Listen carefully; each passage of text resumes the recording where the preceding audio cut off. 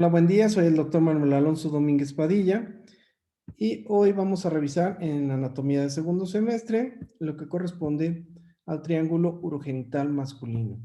Como tema 17.3, aquí vamos a revisar también las correlaciones clínicas correspondientes al tema en cuestión. Para empezar, diremos que el triángulo urogenital masculino, en él vamos a incluir a lo que viene siendo los genitales externos, la porción distal de la uretra, el escroto, el pene y los músculos perineales.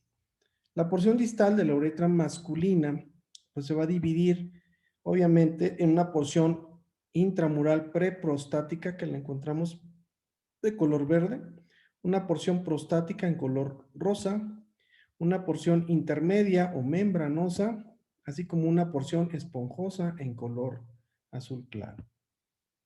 La porción intermedia membranosa inicia pues obviamente en el vértice de la próstata y atraviesa el espacio perineal profundo rodeada por lo que es el esfínter externo de la uretra. Atraviesa la membrana perineal que la encontramos aquí en un color gris claro y termina en la uretra entrando a lo que es el bulbo del pene que lo ubicamos en esta parte. Va a constar también de las glándulas bulbouretrales que se van a ubicar a los lados o posterolaterales y que sus conductos van a desembocar en lo que sería el bulbo del pene, más o menos ya en lo que es la uretra esponjosa.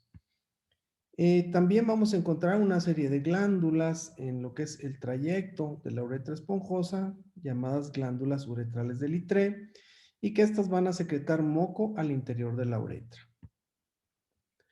La porción esponjosa, que es la que tenemos en color azul, inicia en el extremo distal de la porción intermedia y termina en el orificio ureteral externo. Generalmente esta es estrecha, más o menos en todo su trayecto, con un diámetro de 5 milímetros aproximadamente. Se expande en lo que es el bulbo del pene para formar la fosa intravulvar y en la porción del glande va a formar la fosa navicular. En cuanto a la vascularización de la uretra distal masculina, diremos que por la parte arterial está irrigada, la uretra intermedia y la esponjosa por las ramas de la arteria dorsal del pene que la ubicamos en esta parte. El drenaje venoso, pues obviamente sabemos que las venas acompañan a las arterias. En cuanto al drenaje linfático, la porción intermedia va a drenar a lo que son los nódulos linfáticos ilíacos internos que los encontramos en color verde. La porción esponjosa generalmente drena a los nódulos inguinales superficiales y a los profundos y de ahí a los nódulos linfáticos ilíacos externos. Entonces, primero a los inguinales profundos que están en azul, a los superficiales ahí, y de ahí, pues obviamente a los nódulos linfáticos ilíacos externos. En cuanto a la inervación, la porción intermedia y la porción prostática, generalmente en cuanto a su inervación autónoma y eferente, pues está a través de lo que es el plexo prostático, que lo encontramos aquí y que obviamente procede del nervio hipogástrico o del plexo hipogástrico inferior. En cuanto a la inervación simpática, generalmente es por de los segmentos lumbares, de los nervios esplánicos lumbares que obviamente vienen por aquí y que en cuanto a la inervación parasimpática proviene de los segmentos sacros de los nervios esplánicos pélvicos. Bueno, ahora hablaremos de lo que es el escroto. El escroto, pues, es un saco fibromuscular cutáneo para los testículos y las estructuras asociadas. El tabique escrotal que va en la parte interna y lo divide en dos compartimientos para cada testículo mediante una prolongación de lo que es la túnica dartos. Está ubicado posterior inferior al pene e inferior a la sínfisis púbica. El rafé escrotal, que lo encontramos aquí, está en la línea media e indica su formación bilateral embrionaria. El rafé del pene, que es una continuación del rafé escrotal en la cara ventral de la línea media lo que sería el pene. Y el rafe perineal se continúa internamente y profundo de lo que es pues el rafe escrotal. En cuanto a la vascularización del escroto, podemos decir que por parte arterial, la cara anterior está irrigada por las arterias escrotales anteriores, que las ubicamos aquí, y la cara posterior, pues por las arterias escrotales posteriores, que son ramas de la arteria pudenda interna. También recibe inervación de las cremastéricas, así como ramas de las arterias epigástricas inferiores. El drenaje venoso, pues las venas generalmente acompañan las arterias y van a drenar en las venas pudendas externas. En cuanto al drenaje linfático, los linfáticos escrotales drenan a los nódulos linfáticos inguinales superficiales, como lo vemos aquí. En cuanto a la inervación, en la cara anterior del escroto, generalmente está inervada por lo que es el plexo lumbar, a través de los nervios escrotales anteriores que derivan del nervio inguinal y los ramos genitales, del nervio genitofemoral. En la cara posterior del escroto tenemos que está inervado por el plexo sacro, a través de los nervios escrotales posteriores, ramos de los nervios perineales superficiales, del nervio pudendo, así como el ramo perineal del nervio cutáneo femoral posterior. Estos tienen la función en el tema de inervación simpática, pues de regular la termorregulación de los testículos, valga la redundancia, estimulando obviamente la contracción del músculo lisodartos cuando hace frío, y obviamente estimulando las glándulas sudoríparas del escroto e inhibiendo la contracción del músculo dartos cuando hay calor excesivo. Bueno, en cuanto al pene, podemos decir que pues, es el órgano copulador masculino y que va a alojar la uretra y proporciona la salida común de la orina procedente de la vejiga, así como del semen. Va a constar, pues obviamente, de una raíz, de un cuerpo y de un glande. Está compuesto por 3 cuerpos cilíndricos de tejido cavernoso eréctil, que los encontramos aquí, 3 cuerpos, que van a ser pues 2 cuerpos cavernosos dorsales y un cuerpo esponjoso ventral. Están cubiertos por una túnica albuginia, que la vemos aquí en un color rosa claro, que es una cápsula fibrosa que obviamente lo recubre. Tenemos la fascia profunda del pene, que la encontramos en color blanco, o también conocida como fascia de Buck, que es una cubierta membranosa fuerte para los cuerpos cavernosos y esponjoso, y que es una continuación de la fascia del pene.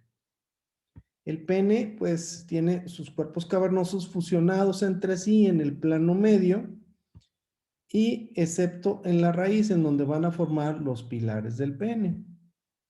La raíz del pene es la parte fija formada, pues obviamente por los pilares,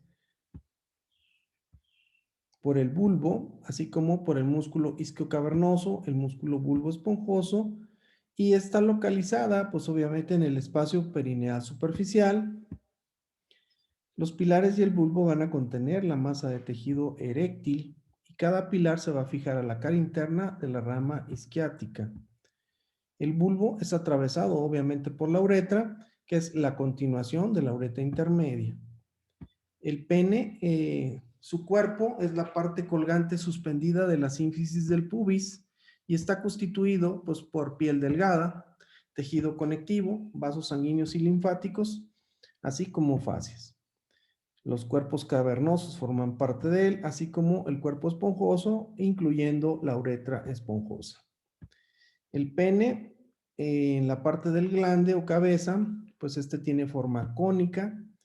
La corona del glande, pues no es más que una proyección que va a sobresalir por encima del cuello, que lo encontramos aquí. Entonces aquí está lo que es el cuello del pene y aquí encontramos lo que es la corona del glande.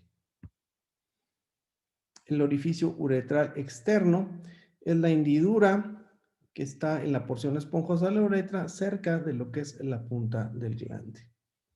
El pene va a tener piel delgada, de pigmentación un poquito más oscura que la piel circundante. vamos a tener el prepucio, que no es más que una doble capa cutánea que se va a prolongar a partir de lo que es el cuello del glande y lo va a cubrir de manera variable a lo que es el propio glande. El frenillo prepucial, que lo ubicamos en esta porción, es un pliegue medio que va de la capa profunda del prepucio a la superficie uretral del glande. El ligamento suspensorio del pene es una condensación de lo que es la fascia profunda y se origina en la cara anterior de la sínfisis del pubis y obviamente va hacia el pene. En cuanto a el ligamento fundiforme, diremos que es una masa irregular o condensación de lo que es colágena y fibras elásticas del tejido subcutáneo que va a descender de lo que es la línea alba y de la sínfisis del pubis y se va a dividir y va a rodear al pene y se une con la túnica dartos para formar lo que es el tabique escrotal. En cuanto a la vascularización del pene, podemos decir que la parte arterial está irrigado fundamentalmente por ramas de las arterias pudendas internas. Las arterias dorsales del pene que las encontramos aquí, pues van a discurrir a los lados de la vena dorsal y que obviamente están entre los cuerpos cavernosos. Van a irrigar el tejido fibroso que rodea a los cuerpos cavernosos, al cuerpo esponjoso, la uretra esponjosa y obviamente la piel del pene. Las arterias profundas del pene que las ubicamos aquí atraviesan los pilares proximalmente y van a discurrir dentro de los cuerpos cavernosos e irrigan el tejido eréctil. El bulbo del pene, que está pues, prácticamente en la raíz, va a irrigar la porción posterior bulbosa, el cuerpo esponjoso, la uretra esponjosa y la glándula bulbo-uretral. En cuanto a las ramas superficiales y profundas de las arterias pudendas externas van a irrigar lo que es la piel del pene y se van a anastomosar con las arterias pudendas internas. Las arterias profundas del pene van a proporcionar numerosas ramas a las arterias helicinas del pene que van a irrigar los espacios cavernosos de lo que es el tejido eréctil durante la erección. El drenaje venoso, la sangre de los espacios cavernosos, va a drenar a los plexos venosos que se unen a la vena dorsal del pene y esta al plexo venoso prostático. La sangre de la piel y tejido subcutáneo va a drenar en la vena dorsal del pene y de aquí a la vena pudenda externa superficial y pudenda interna. En cuanto a la inervación del pene, va a derivar de los segmentos 2 al segmento 4 de la médula espinal a través de los nervios espláncnicos pélvicos que los encontramos aquí. La inervación sensitiva simpática del nervio a través de lo que es el nervio dorsal del pene, que es un ramo terminal del nervio pudendo y va a discurrir lateralmente a la arteria dorsal e inerva la piel y el glande. El pene está inervado obviamente por múltiples ramos sensitivos, en especial el glande. Este pues va a estar inervado por el nervio ilioinguinal en lo que es la raíz del pene.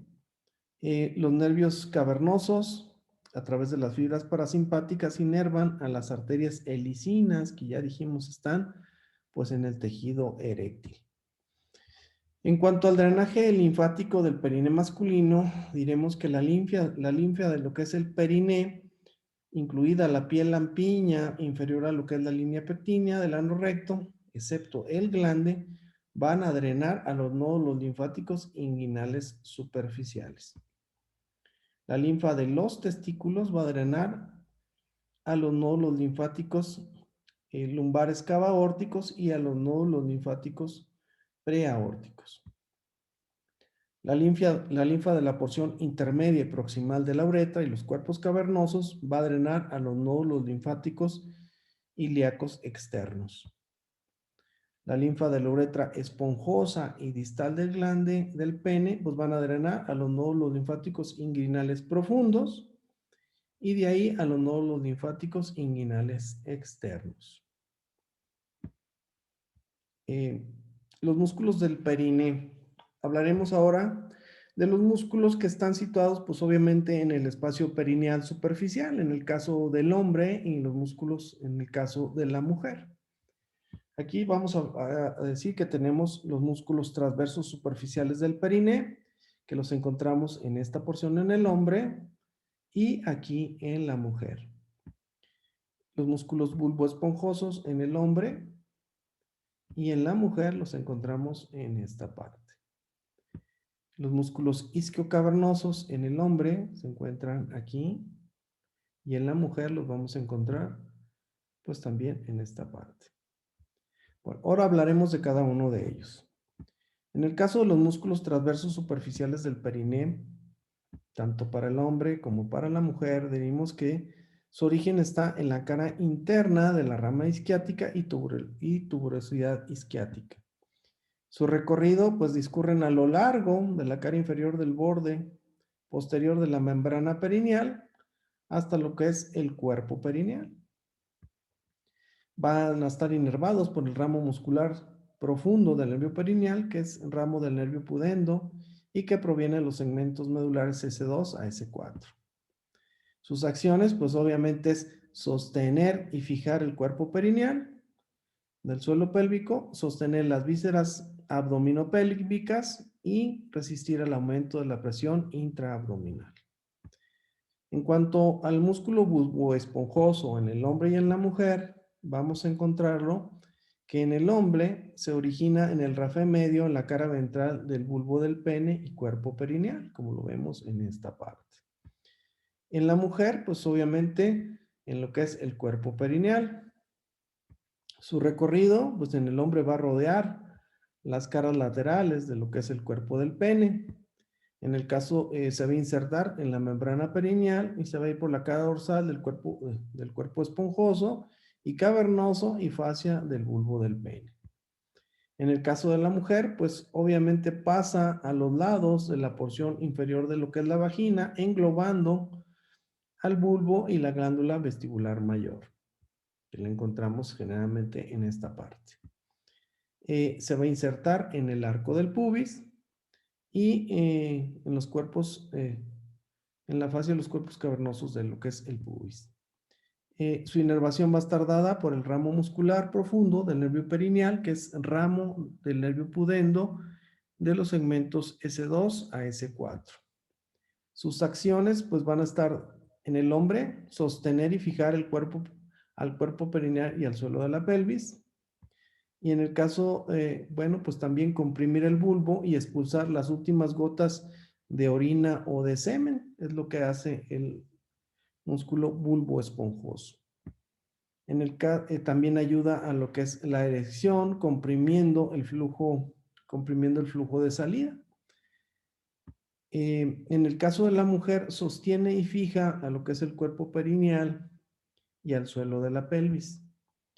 Y obviamente ayuda como esfínter de la vagina, ayudando a lo que es la erección del clítoris. Comprime la glándula vestibular mayor. En el caso del músculo isquiocavernoso, tanto en el hombre como en la mujer, que lo vamos a encontrar en esta porción, pues su origen va a estar en la cara interna de la rama isquiopubiana y en la tuberosidad isquiática. Su recorrido, pues, abraza a lo que es el pilar del pene y del clítoris. Aquí lo encontramos, aquí. Y se va a insertar en la cara inferior y medial del pilar y membrana perineal, medial a lo que es el pilar. Va a estar inervado por el ramo muscular profundo del nervio perineal, que es el ramo del nervio pudendo de S2 a S4. Y sus acciones van a ser mantener la erección del pene o del clítoris al comprimir el flujo de salida e impulsar la sangre desde la raíz del cuerpo del pene y del clítoris. Muy bien, en cuanto a los temas de erección, polución, eyaculación y remisión, diremos que la erección en el hombre, cuando es estimulado eróticamente, va a suceder pues cuando se cierran las anastomosis arteriovenosas de los senos cavernosos. Esto va a generar, obviamente, por la estimulación simpática de S2 a S4 a través de lo que es el nervio cavernoso del plexo prostático. Esto va a producir que el músculo liso y las trabéculas fibrosas y las arterias helicinas se relajen, es decir, las inhibe. Y las arterias helicinas, pues obviamente al aumentar su flujo se van a enderezar, la sangre va a fluir a los espacios de los cuerpos cavernosos del pene y esto los va a ir dilatando.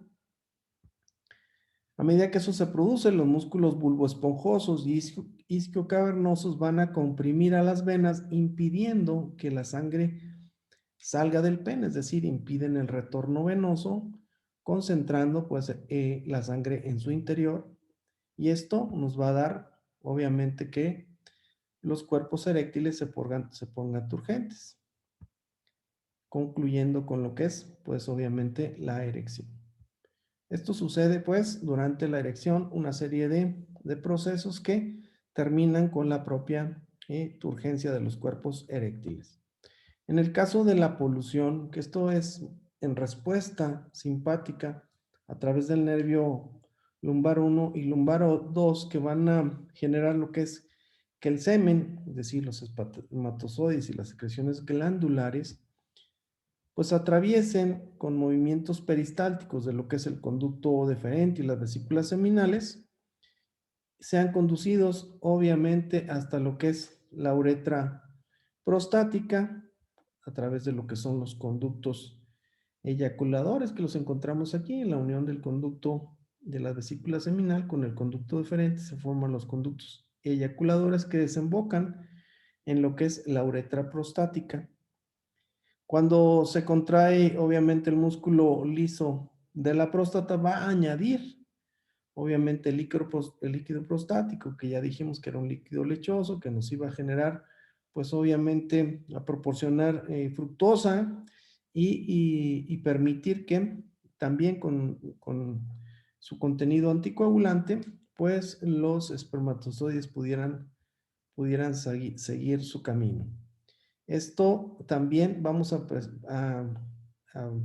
observar durante la polución la secreción de las glándulas de Cooper que van a convertir su contenido en la uretra prostática y es lo primero que sale durante la excitación. Va a salir un líquido cristalino viscoso que es proveniente de las glándulas de Cooper. A esta parte le vamos a llamar polución. Por último viene lo que es la eyaculación, que obviamente en el caso del hombre el semen es expulsado por la uretra a través del orificio uretral externo. La eyaculación va a producirse por obviamente un cierre del esfínter interno de la uretra, que lo vamos a encontrar en esta parte, a nivel del cuello, por una estimulación de lo que es el nervio simpático de L1 y L2. Y vamos a tener también la contracción sistemática del músculo uretral a través de la estimulación parasimpática de los nervios de S2 a S4. Vamos a tener también la contracción de los músculos bulboesponjosos a través de los nervios pudendos S2 y S4. Y obviamente todo esto va a generar que pues pueda ser expulsado el semen hacia el exterior por el orificio uretral externo. Una vez que sucede esto, pues viene la parte de la remisión, es decir, tras la eyaculación, el pene va a regresar a su estado de flacidez o estado de remisión, y esto pues es a través de una estimulación simpática que nos va a generar una contracción de la musculatura lisa de las arterias helicinas. Los músculos bulboesponjoso e isquiocavernoso se van a relajar y esto va a permitir pues que obviamente la sangre sea drenada de los cuerpos cavernosos a través de la vena dorsal del pene y con esto pues concluya la, pues la erección y el pene termine en remisión. Bueno, hoy vamos a ver las correlaciones clínicas correspondientes al tema y empezaremos con lo que es el sondaje uretral. Este generalmente es utilizado para lo que es extracción generalmente de orina, debido en algunos pacientes que tienen hiperplasia de la próstata por incapacidad para orinar, es decir, cuando la próstata se inflama, pues va a comprimir lo que es la uretra y va a impedir la salida de la orina. Entonces, una manera de hacerlos orinar, pues es colocar una sonda Foley a través de la uretra para permitir la extracción de la orina. También nos sirve para irrigar la vejiga.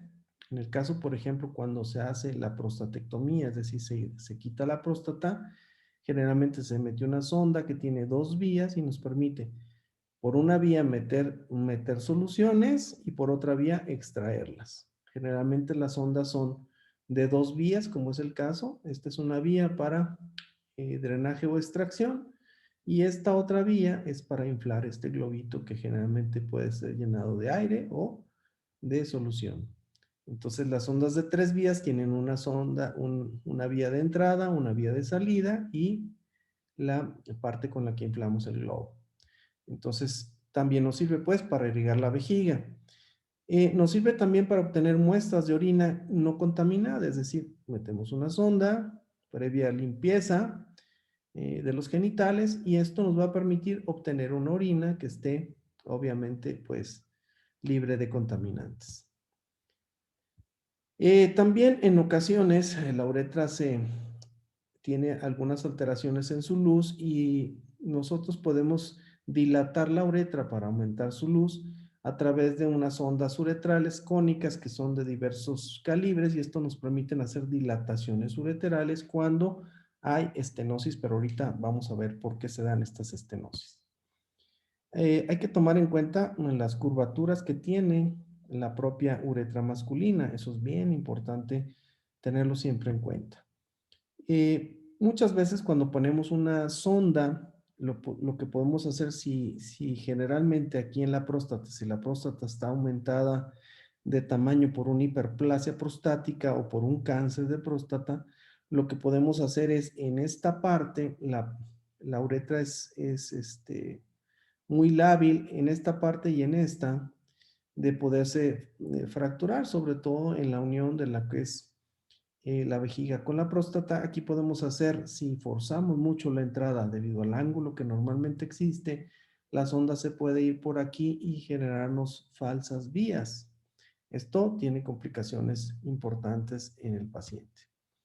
Cuando hablamos de estenosis uretral, esta se puede presentar en la próstata, como ya dijimos, por alteraciones secundarias a hiperplasia, o sea, crecimiento de la próstata, o bien a cáncer de próstata.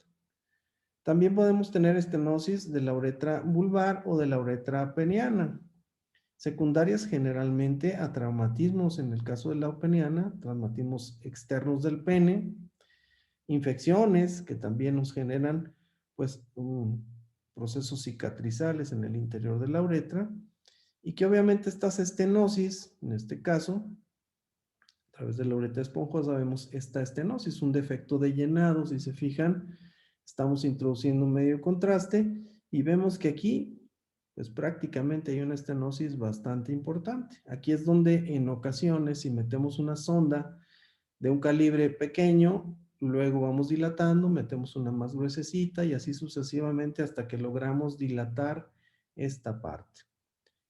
Entonces, para eso sirven las sondas uretrales cónicas de diversos calibres. Muy bien, en cuanto a las distensiones de escroto, tenemos algunas causas. Pueden ser por hidrocele, es decir, por acumulación de líquido en lo que es el interior del testículo. Generalmente es proveniente de lo que es el defectos de cierre del conducto peritoneo vaginal que no se cerró.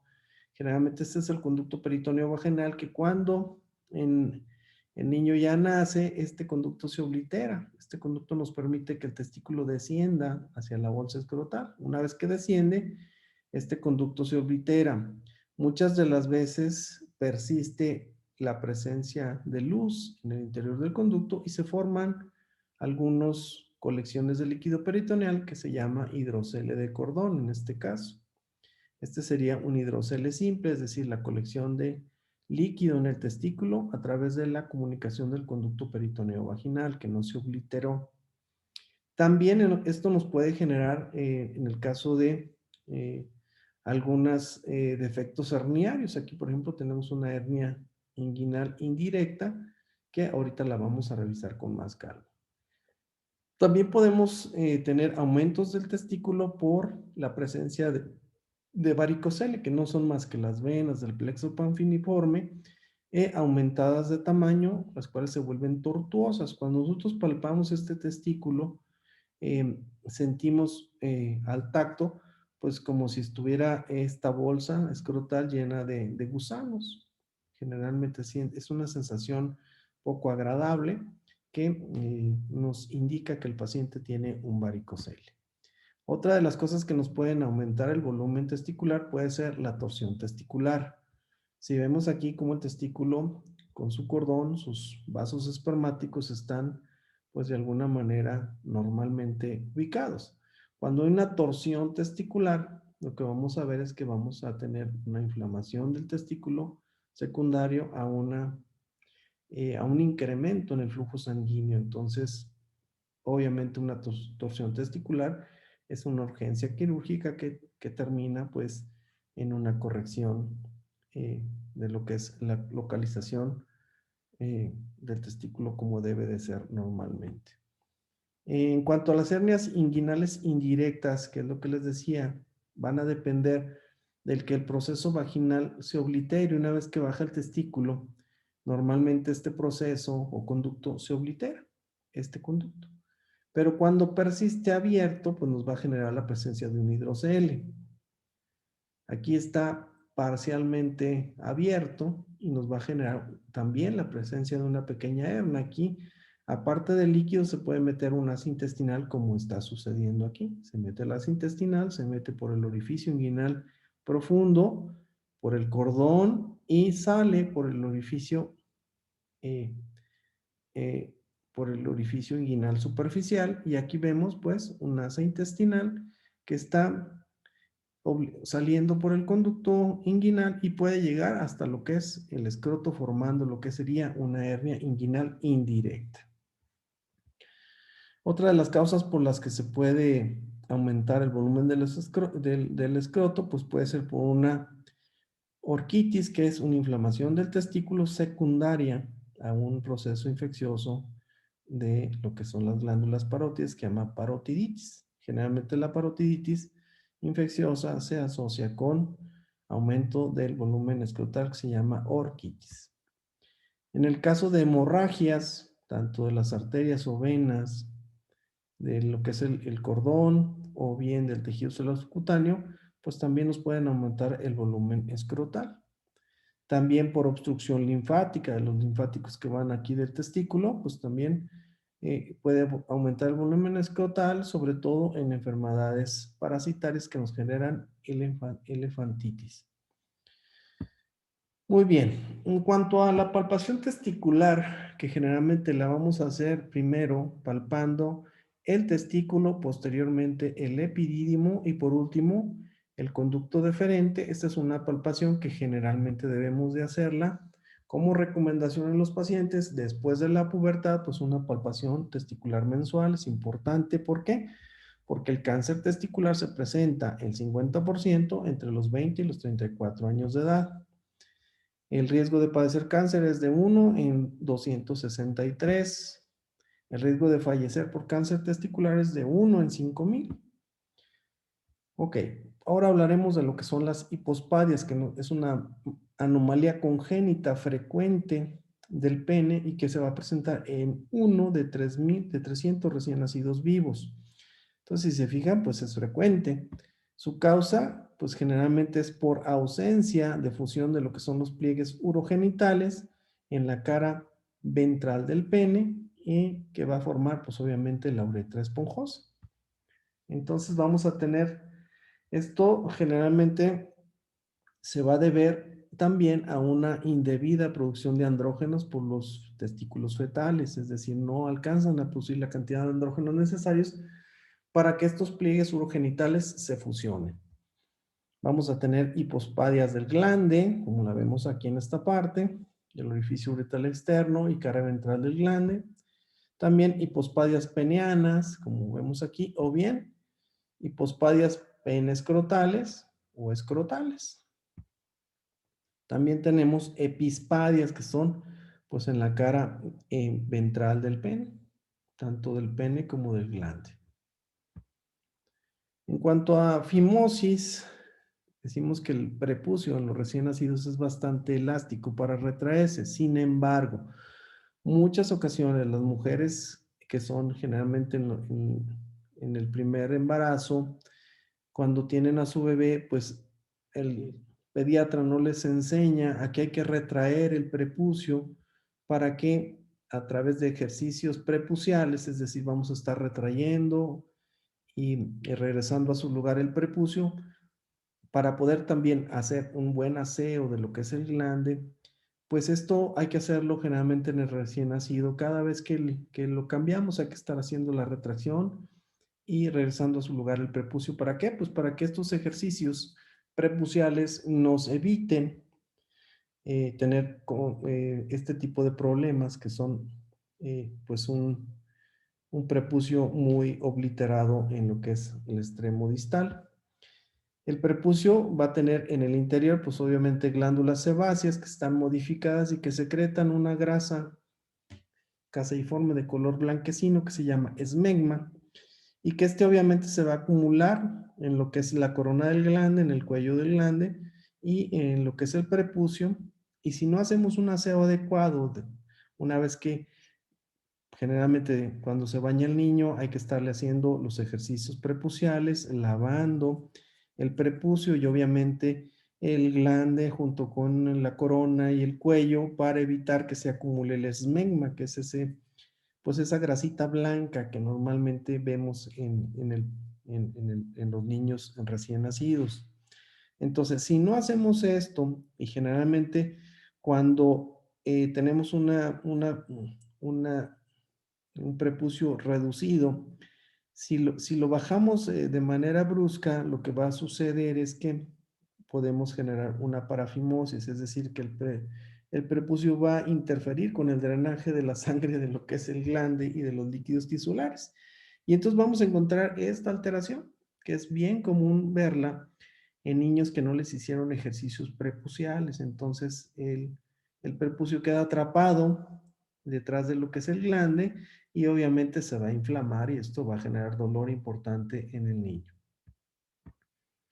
El tratamiento va a ser quirúrgico a través de lo que es la circuncisión. Hacemos una incisión media y luego quitamos a través del bisturí el exceso de prepucio y hacemos una sutura de piel con lo que es la piel propia de la base de lo que es el cuello del glande. Entonces hacemos puntos separados, puntos simples separados y hacemos la corrección. Y a esto se le llama circuncisión. Bueno, por último vamos a ver lo que es la impotencia y la disfunción eréctil. Esta generalmente se encuentra pues como una incapacidad para conseguir una erección. Las causas pues pueden ser desde lesiones del plexo prostático a través de los nervios cavernosos que ya vimos que tienen una función muy importante en cuanto al llenado de los cuerpos eréctiles y al vaciamiento. Puede haber también ausencia de una lesión neurológica, y aquí hablamos de trastornos del sistema nervioso central hipotalámicos, o también de trastornos endócrinos, ya sea de la hipófisis o de los testículos que no están produciendo adecuadamente, en este caso la testosterona. Y obviamente el tratamiento puede ser a través de fármacos orales o inyectables que aumentan el flujo sanguíneo de los sinusoides cavernosos y relajan el músculo liso. El tratamiento quirúrgico, pues también hay algunas alternativas que tratan este problema a través de la implantación de prótesis penianas que pueden ser inflables o semirrígidas. Bueno, pues con esto concluimos el tema de triángulo urogenital masculino como tema 17.3, así como correlaciones clínicas referentes al tema. Por su atención, pues muchas gracias.